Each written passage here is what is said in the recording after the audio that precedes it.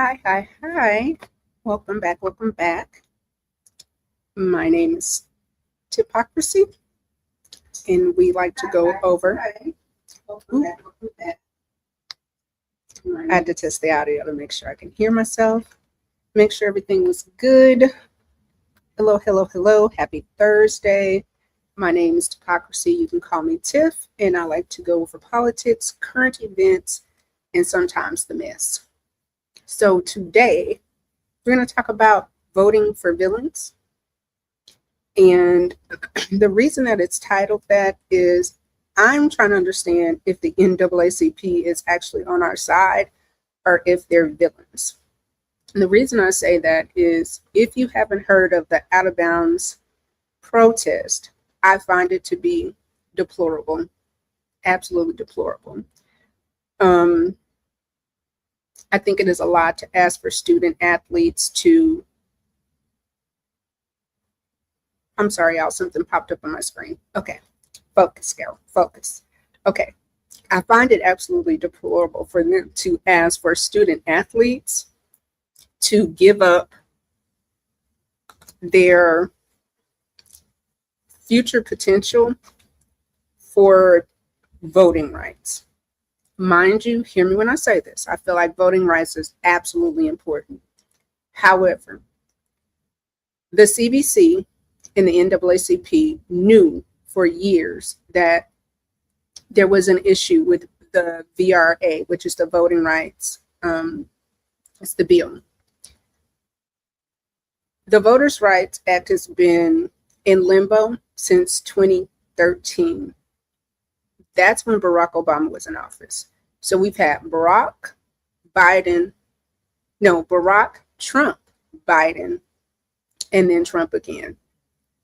I am struggling with trying to understand why when Biden was in office or Obama, they did not secure it. They also have had the John Lewis Good Trouble Voting Rights Act. Again, nothing was done. So to ask now these student athletes to sacrifice years of practice, playing, because in order to get to a collegiate level where you would get a scholarship, a great deal of work and sacrifice has gone into what you're doing. And I just find it absolutely appalling.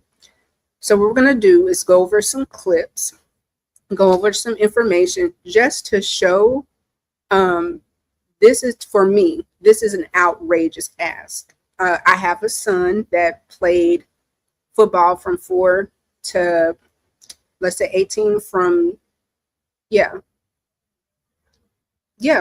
to 18, played all the way through his senior year and then decided like didn't want to do it. And I get it.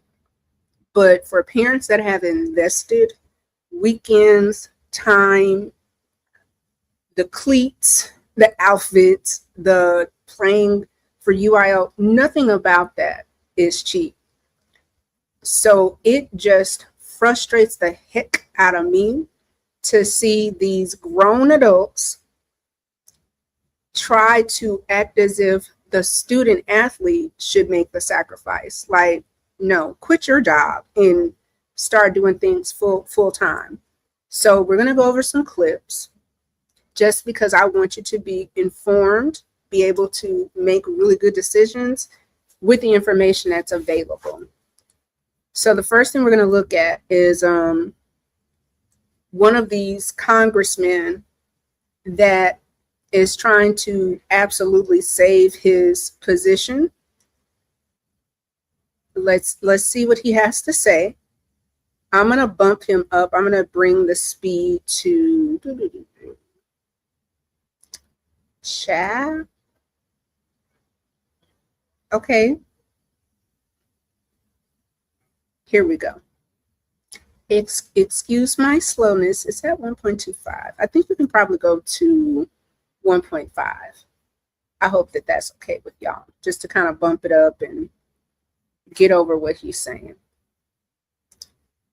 So he's like, I broke this down in 4 minutes. Let's see what he's saying. Okay. Always watch what they do, not what they say. The Supreme Court just gutted the Voting Rights Act, a civil rights law that has been on the books for 60 plus years. It is a law that Dr. King, John Lewis, Fannie Lou Hamer, Viola Luiso, and so many others marched and spilled blood for. It is a colossal step backwards for the vibrant multiracial democracy that so many fought so hard to build in our country. If you want to understand why the Supreme Court just did this, you have to look at what politicians are doing. Because ultimately, this is an effort by politicians to decide who their voters are, as opposed to having the voters choose who their politicians are. So let me break it down. During Jim Crow segregation, politicians would draw maps to shut out Black voters, to diminish the power of their vote and their voice. And one way was to take a large group of Black voters and split them into multiple districts so that they were always a minority and their votes never really mattered. That's called cracking. Another way was to take a large group of Black voters, large enough to be majorities in 2 districts, and put them all into 1 district. That's called packing. And through tactics like packing and cracking, creatively drawing the lines, craven politicians who sought to maintain Jim Crow were able to successfully strip Black voters of their political power even when they show up. They were able to silence and diminish their voices in our democracy. The Voting Rights Act put a stop to this. Fast forward to today. Before the Supreme Court decision, politicians in many southern states, including my own state of Georgia, were literally lining up plans to deprive Black citizens of representation by this very same mechanism. And now they're saying the quiet part out loud, that they plan to take cohesive Black communities and minimize their influence. That's why we need the Voting Rights Act, because these abuses are happening in real time. Without it, these politicians will move to deprive Black voters of their voice. They will move to do the very thing that the Voting Rights Act was meant to prevent. This was all telegraphed beforehand. None of this was in secret. And yet Trump's Supreme Court chose to ignore that. They chose to roll back the clock. I want you to take note, and I'm going to drag it back, because what he said is this was done before, this wasn't done in secret. So that means that they were well aware that this was an outcome that could have happened. So take it back maybe about that time. Let's see. Chose to ignore that. They chose to roll back the clock because there is an extreme movement in this country that is willing to do anything to stay in power. And if that means dragging us back to the days of Jim Crow, so be it. So Hello. let me pause this and get out of there. Even out of his mouth, he literally said that this has been going on, that cracking and stacking was an issue that they were well aware that could have happened. And I want to go and I want to show you just a bit of historical data, just so you can see how long this has been going on. So when people talk about the Democrats and what they can do and cannot do, we're going to go all the way back and talk about the truth about politicians helping Black people. So let's go here. In Washington, Senator Eastland represents his neighbors in a fashion that some find confusing. A staunch opponent of government handouts, he did nevertheless support his colleague, Senator Stennis, who proposed a bill authorizing a $25 million emergency measure to feed hungry people. It died in the House. The senator still thinks and speaks for the folks back home. He has publicly declared that Negroes living on his plantation, working or not, have a home for life. One of his neighbors is Negro activist Fannie Lou Hamer, one of the founders of the Mississippi Freedom Democratic Party. And if you go and look at the diary or the library, I've covered Fannie Lou Hamer because she is an ancestor, but she also was a voracious fighter for us. Her, the senator's generosity has a hollow ring. Senator Eastland has never done nothing for nobody poor, not in this county. Because the people on Senator Eastland's plantation is just as poor as I am. And he hadn't done anything for them. And he hadn't done anything for nobody else that's poor in Sunflower County. And I've been right here in Sunflower County since I was 2 years old. You borrow money from Senator Eastland, you've got to pay an interest? Yeah, I had to pay interest on it. Tell us about that. Go all the way through and tell us how that works. Yeah, see, when I borrowed it, just like I borrowed $30, well, I'm got to pay 2 bits on every one of them dollars I borrowed from him. So they're not getting anything free. If they loan them money, they might have to pay that double instead of just paying maybe 10% on the dollar. So they're not giving them anything. Tell us about what your family is going to eat until you get more. Well, they'll eat some turnip greens and some cornbread All I know, because I don't have anything else. And I don't have no money to buy nothing with. I don't have no job. I have been trying to get one, but I can't. So I think so myself if I had to go to Vietnam. I think if I went and took all the punishment and everything happened to me while I was in Vietnam and then come back home and couldn't have a decent bed to lay down in and not a decent job, I don't think I feel like ever going back no more. If it was for my country, I wouldn't feel like this for my country. Not especially for my father, for me. I feel like it's for the other fellas did to me. When I think about that and how hungry people are in the South, then it makes me a little sick to say, how can they spend all that much money in another country and really not doing nothing at home? See, I think charity began at home and Don't that sound like what's going on? then spread abroad. So let's think about that. Did you see the Everybody, it's Jeff Bennett, and this is the PBS News. 1 second, y'all.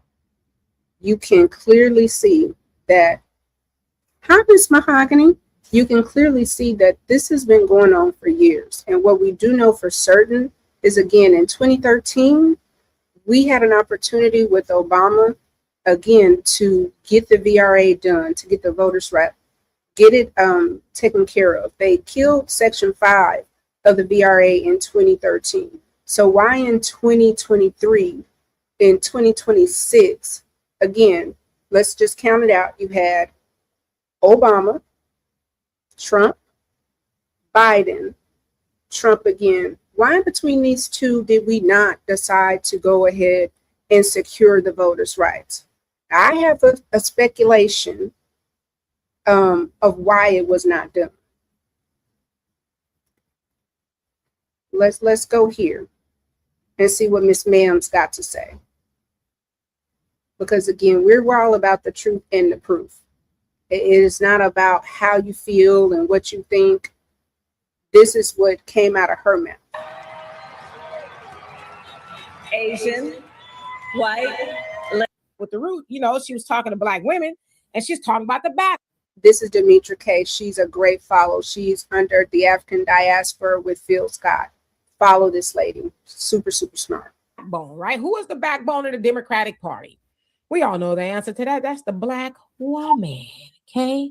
She's the backbone of the Democratic Party, which means that she delivers and this, that, and the other. And I'm going to show you a snippet of Kamala from 2020 when her and Biden, they, you know, won the election. And this is what she said in part. She was referencing her mother, and this is what she said.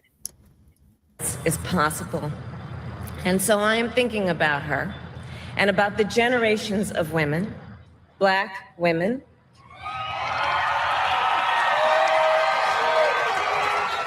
Asian, white, Latina, Native American women, who throughout our nation's history have paved the way for this moment tonight.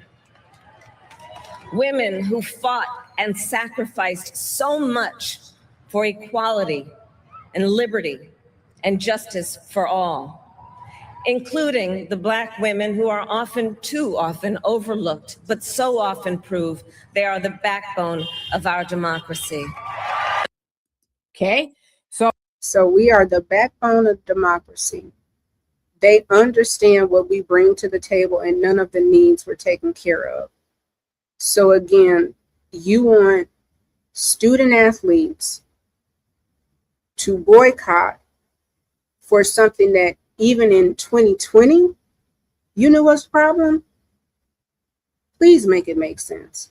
There is no way on God's green earth that you should be asking a young person to take care of something that you knew was an absolute issue.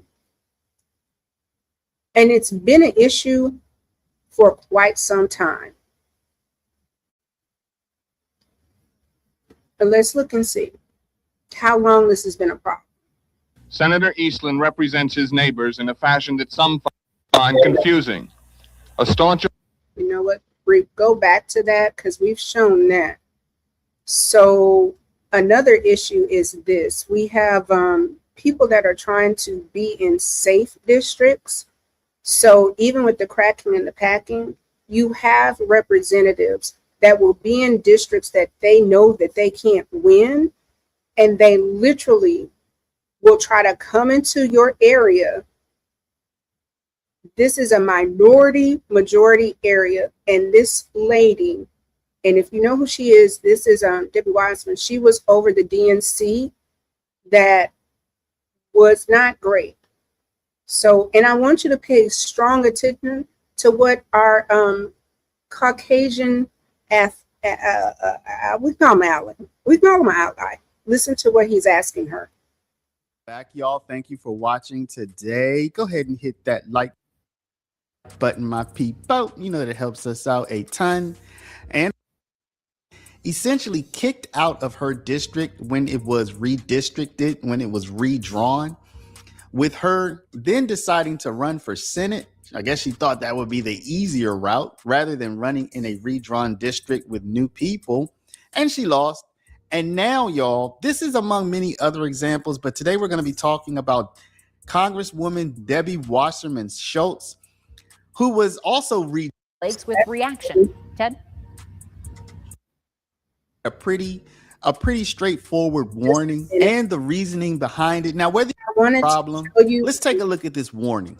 Running in that seat, which means Wasserman Schultz will be counting on her opponents in the. Do we see Uncle Luke is there? Like, the fact that Luke is running for Congress, it just blows my mind. Not let me see you, Doodle Brown. If y'all vote for Luther, on top of he's a tether. Just so you know. Primary, splitting up the African American vote and allowing her to become the nominee.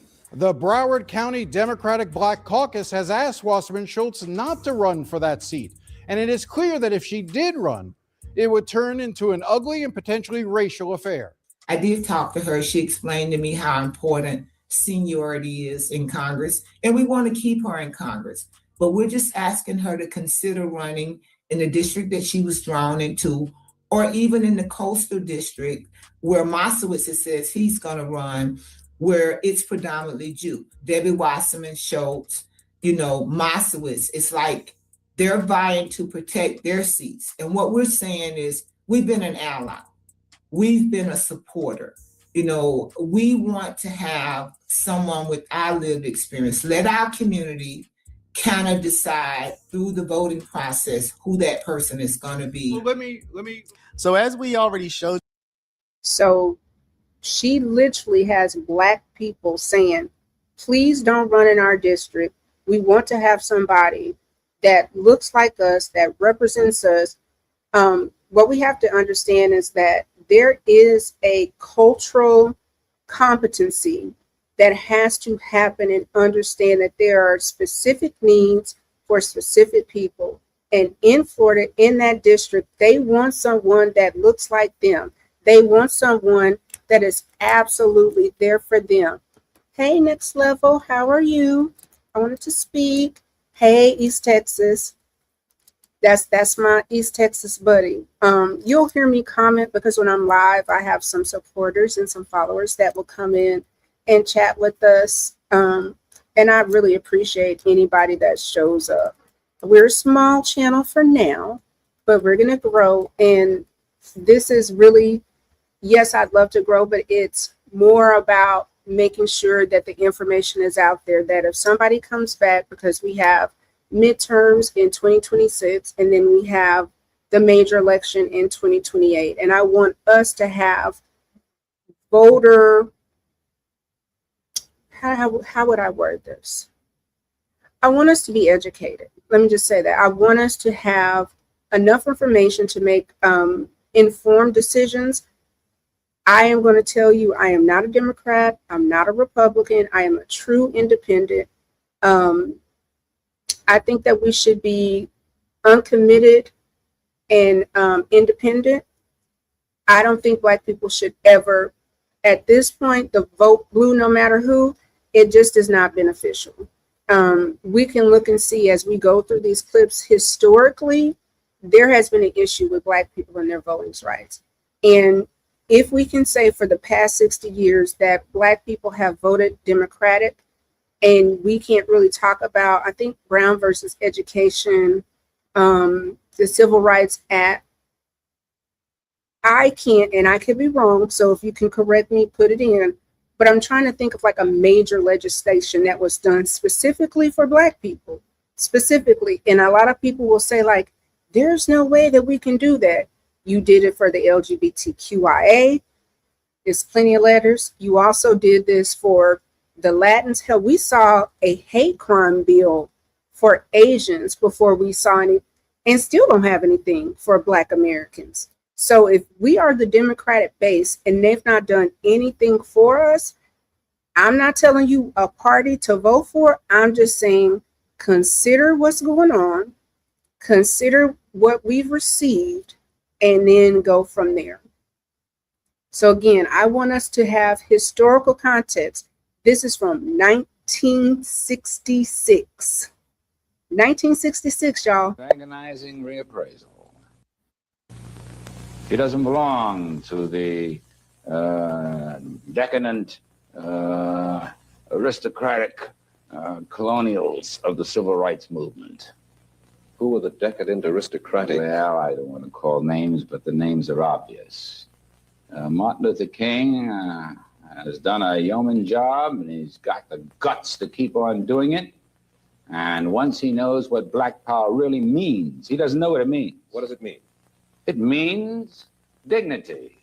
It doesn't mean violence. It means integrity. It doesn't mean anti-white. It means pride in being Black. It means you're willing to cooperate with your white brother and sister if they're going to cooperate with you in terms of giving you the same things that they have. That's what it means.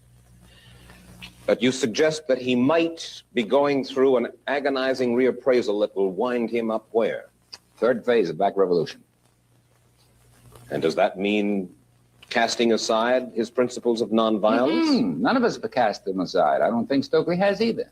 This means that we have cast aside that we're not going to let nonviolence go all the way.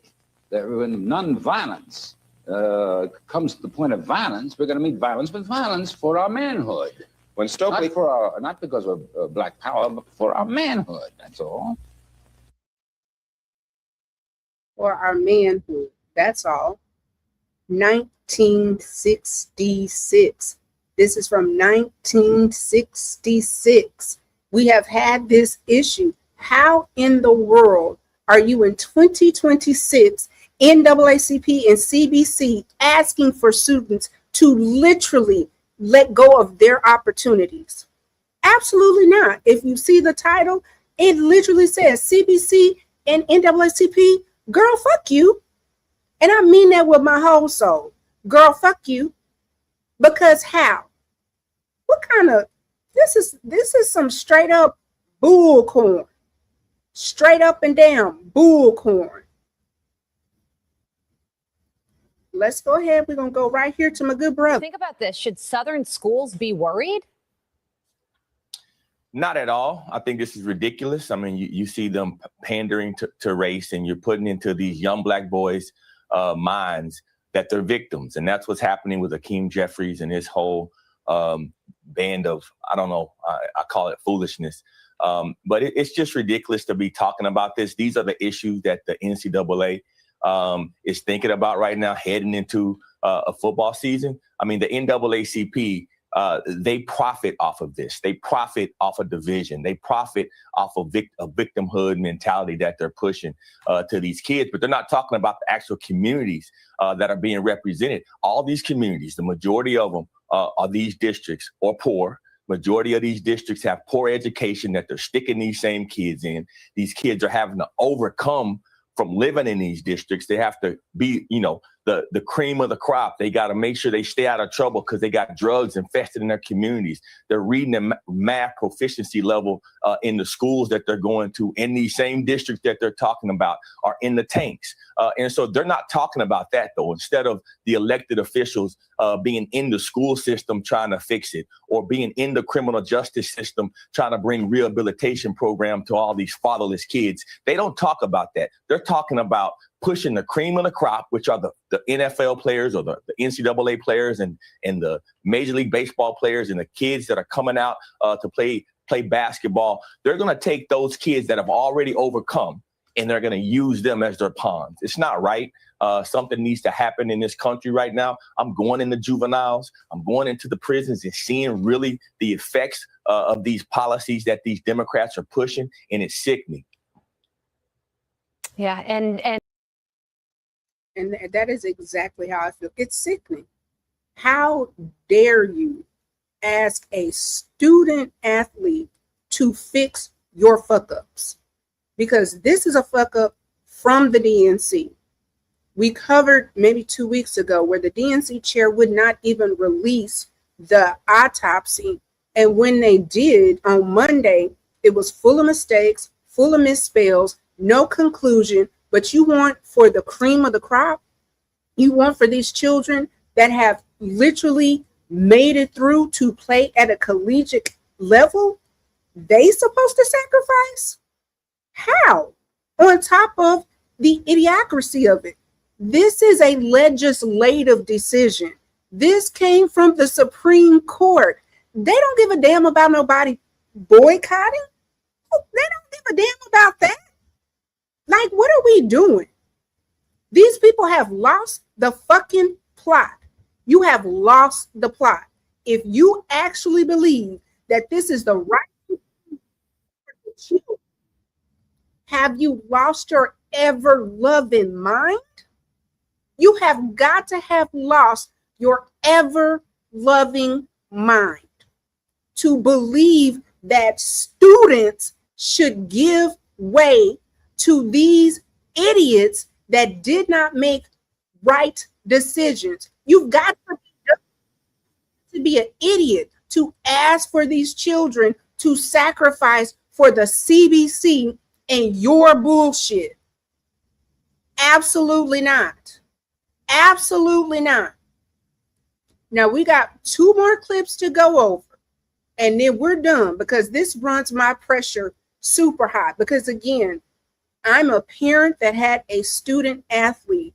I know the Sundays, the Saturdays, you got to practice after school, the freaking orange slices that the parents have to bring, the carpooling that has to go on top of once they get to a particular area. Because before, like from 4 to about, I would say to middle school, you're paying for cleats, you're paying for the Nike Elite sock, you're paying for the person to be on the team, you're paying for them to be able to coaching, any type of private study. Like, absolutely not. Absolutely not. Not a collegiate level. On top of, why are you only asking the Black athletes to do this? If it is so harmful, ask the Jewish kids to give it up. Ask the white kids to give it up. Ask the Mexicans to give it up. Ask the Asians. Nobody should be playing football for the SEC. Why don't you do that? Why are you only asking the Black athletes? What the F is that about? What the F is that about? If the schools are so horrible and you want to talk about voters' rights, then shouldn't all the students quit school? Shouldn't all of the students quit? Like, what? Really? But just the Black children, just the Black kids, right? Naacp, CBC, just our boys, just our girls. That's who's supposed to sacrifice. Are you out of your fucking mind? You gotta be out of your mind. Absolutely not. Absolutely not. No. You've had all this time to get this taken care of. You've had all this time to make sure that things were okay. But what you want to do is make these children, and I understand people can be like, they're adults, they're young adults. These are high school kids. If you're asking them, these are high school children, and at best, 21, 22, your brain is not even developed until you're 25. But they should sacrifice. They should make sure that they give the sacrifices for those kids, the children that are the cream of the crop, the children that play so well they can get scholarships. Those are the kids that you're asking to sacrifice. Make it make sense, NAACP. Make it make sense, Congressional Black Caucus. Are you, again, y'all have lost the plot. You've clearly lost the plot. If you feel good asking these kids for that, and all you motherfuckers got scholarships, all y'all, you got your degree, you're getting your money. You're literally making money asking for these kids to sacrifice. Give your salary up. What's the plan when these boys don't go to school? What's the plan when these girls don't go to school? What do you have set up? There's no alternative as far as scholarships. You cannot guarantee that they can get in school. You don't have no special programs from the NIL. What are we doing? What are y'all asking for? Sacrifice their future so y'all can keep your jobs? Absolutely not. If you get fired, you get fired. It is what it is. If you get fired, you get fired. Because these districts that are predominantly Black, they do have the worst schools. They are underfunded. You literally have James Clyburn that's been there for 20 fucking years. And if you look at his district, it's absolutely porous. Poor as hell. Here for the team. Hey, babes. So we got one more clip. I want to show you this man. I understand what he's saying. I get it. But it's a no for me, dog. It's a no for me.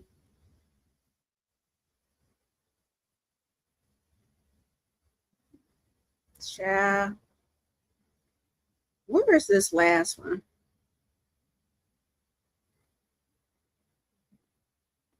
We're almost done, y'all. As a matter of fact, okay. Here we go.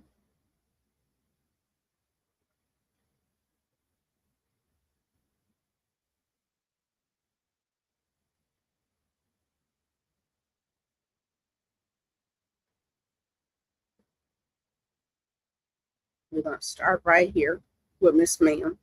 Congressional district. And today I'm here. Two things. One, I want to put on the table is that on Friday we had a different map that was SB 407. And today I look at the amended SB 407 map and I am very concerned. I'm concerned from the perspective of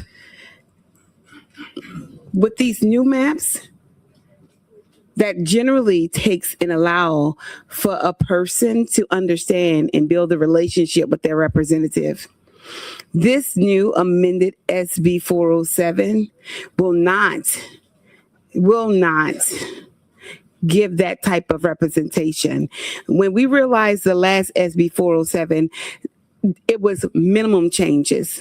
This is a major change. And the last time the map was changed before then was from 2011, and it lasts all the way for many years, almost a decade. It is super duper important that in order for the people to have representation, they need to know who's representing them. This is a major shift.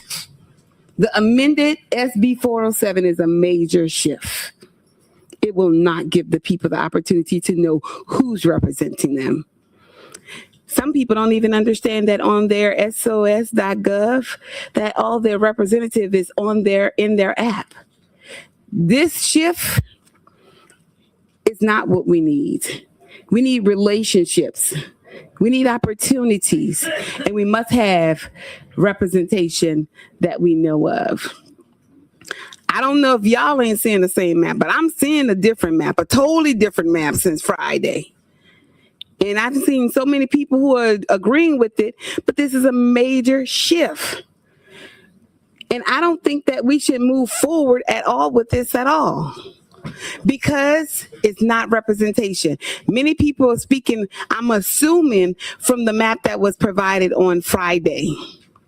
Well, today, Tuesday, major difference. And as a representative for the people, it is my responsibility not to just join the bandwagon, but to inform, educate, and effectively speak up. I'm not going to just say, hey, I'm in agreement to a thing when I'm not. So In order to effectively give the people the chance, we have to be able to be 100% transparent and let them know the shift that has taken place, because this map is not a representation of what we were majorly here upon on Friday. What she's talking about is the Scalia's report. And I will say, I'm not gonna say that what they're doing is right. What I will say is you are a tax-paying citizen, and you should be informed on who is voting for your area, who's on the ballot, what's going on in the ballot, and then find a person that you align with their actual beliefs. Again, uncommitted and independent. The vote blue, no matter who, that's dead. It's a wrap. It is absolutely, it's just inefficient for Black people. It is inefficient. So I can appreciate what the sister said, and I understand when the maps change and confusion, but there is also a responsibility because you are a tax-paying citizen in America that literally fought the war that said no taxation without representation. Like, so what we're going to do is we got this last clip to watch, and I'm going to tell you, I love Julia Hare, Dr. Julia Hare, let me say it right. Mother was all the way right with this, but the fact that this is literally, this clip that we're going to watch is 10 years old. So again, 2013 with Obama, when the first part was kicked off, you have Obama, you have Trump, Biden, Trump again. So you mean to tell me within the last 10 years, nobody thought to shore up the Voters' Rights Act? Like John Lewis has been dead, I want to say 2 or 3 years. They have the John Lewis. Hey, Mr. Center. Hey, Sherelle. Hey, Relly. When I play this clip, it's about a 6-minute clip, but when Mother goes off, I'm telling you, Mother is going to go off, and I love everything about she says. The only thing that's disappointing is the fact that she said this so long ago that it's ridiculous. It's ridiculous. I'm just going to say, you've got to be an idiot to think that a parent is going to allow their child to not participate in a scholarship, to not be able to give themselves a great opportunity, to not be able to give themselves a way out because the CBC and the NAACP were misguided. On top of y'all been fighting for immigrants for quite some time. If you go to the NAACP or the CBC, they don't say that they're specifically for Black people. They literally say all people. So why aren't you again? Why you're not asking the white students? Why you're not asking the Mexicans? Why you're not asking the Asians? If it's bad for the Black students, it should be bad for everybody. And sister's gonna, Mother's gonna address this, the leading Blacks, because what we have right now are leading Blacks. But I'm gonna let Mother she gonna close us out. I absolutely love this clip, and I absolutely love everything that she's gonna say for us. Black relationships have survived as they have. What say you about that 400 years later? It is amazing that Black relationships have lasted for 400 years. They lasted this morning. They're also going to last tonight, and you may not even know the person to whom you're going to have the relationship with. But they do tend to go over. Relationships do go over like that. And as we move into what has happened to this, I know that our relationships sometimes really reach a low ebb. That's one of the reasons why we wrote the book, How to Find and Keep a BMW, a Black Man Working. That was spelled out in there. It's just very serious. Because our relationships didn't start yesterday or last week. It also started 400 years ago when those 19 persons were here. And I want you to remember something very important that one of our by any means necessary power brokers told us, and that was Malcolm X. He said, if we can only remember that you didn't land at Plymouth Rock. Plymouth Rock landed on you. And it's very essential that we kind of keep this in place. And knowing that these are the things that happen, then we have to move more to change it. See, we have a system that would not like to see black males and black females together. They would not like to see that happening at all. Because once we come together, they understand the power of the strength of the black woman, the queen of the universe. They know that, her strength. So the gender wars have to stop. Mother has told us the gender wars have to stop. Let's continue. They also know the power of the black male, the warrior. If you would turn him loose, he will protect also his family and things that need to be done.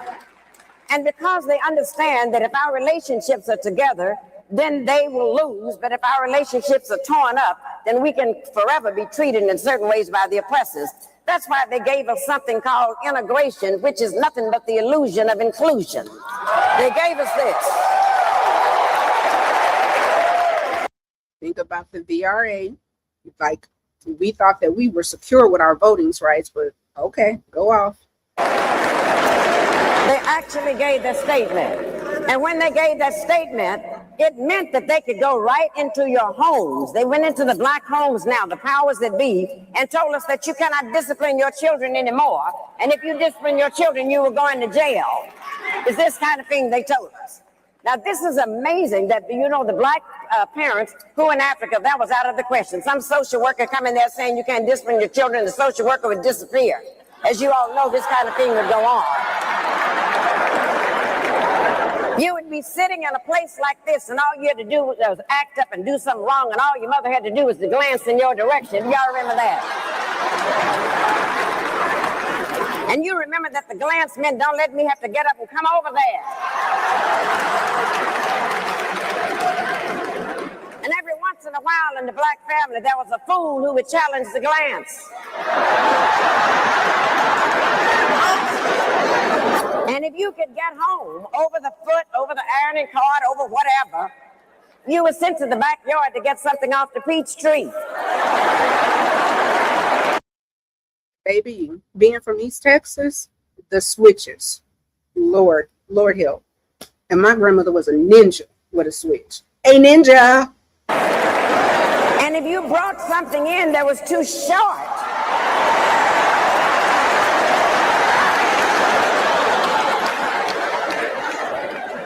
God forbid that you would do something like that. But then it got so terrible in frightening us. This is why we got to take this back. And this is the best part of our action plan, is to reclaim the minds of our children. Because then they went into the public schools and took discipline out of there. So when we acted up in there, they put our boys, our black men, into something called special ed classes.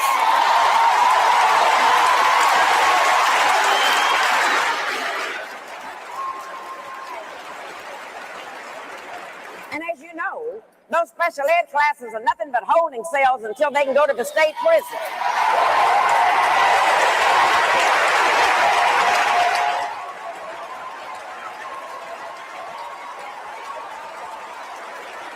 Ain't she preaching? Dr. Harris, cold-blooded, in the best possible way. But this is what they did. And then, the one thing that they knew, that if we can put them in prison, if we can have them convicted for a felony, then once they get out of prison, they cannot get a job because of that. They cannot get the job. And then if they happen to eke out and find a job, then they have to pay taxes on a job, yet they cannot vote, and I call that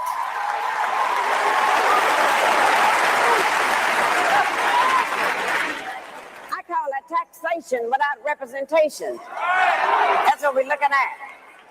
And if one of the things that we would learn to do, they did a grand thing when they took that discipline away from us, because when they made our parents afraid to discipline the children, then what happened? We found out that the teachers were afraid of the principals were scared of the superintendent was scared of the school board was scared of the parents were scared of the children, and the children ain't scared of nobody.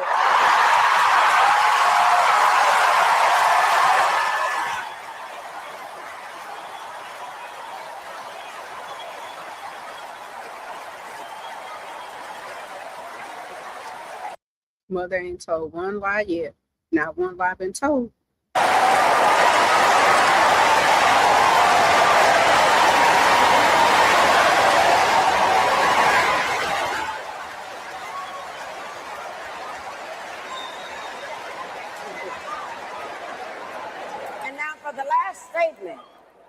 statement, the reason why we're so pleased to have the covenant, it makes all of this type foolishness stop. It's going on under Angela Glover in San Francisco. It's all over the country. And they're all saying, we finally have a movement where we can take back over the minds of our children. And the first thing we got to take over, the covenant taught us that we do not have to have black leaders anymore. It told us because everyone in this room is empowered to be a black leader. Everyone in this room.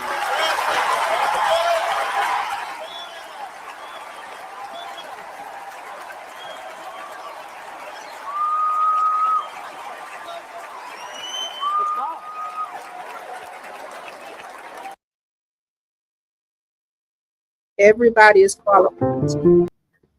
We do not need the NAACP or the CBC to tell us what to do, to tell us what our children should do. You are qualified to make the best decision for your children. Do not ask your kids to give up a once-in-a-lifetime opportunity for adults that have made the bad decisions. We've watched from 1966 to 2026. All of this could have been secured. Do not allow your kids to sacrifice their future for things that adults could have had passed for years. That is all I'm saying. That's all I have to say.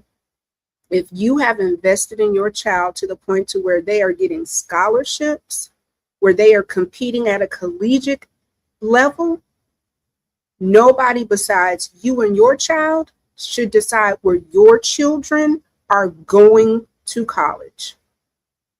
That's it. That's all. So we closing out with the title. Don't vote for Villans, because to me, this is villainous. This is almost demonic for you to ask this. FBAs, Foundational Americans, Black Americans, Sulan, do not let the CBC and the Naacp or NAACP, they don't get to make a decision for what is best for your children. And all I can say is for them, the CBC and the NAACP, fuck off. Fuck off.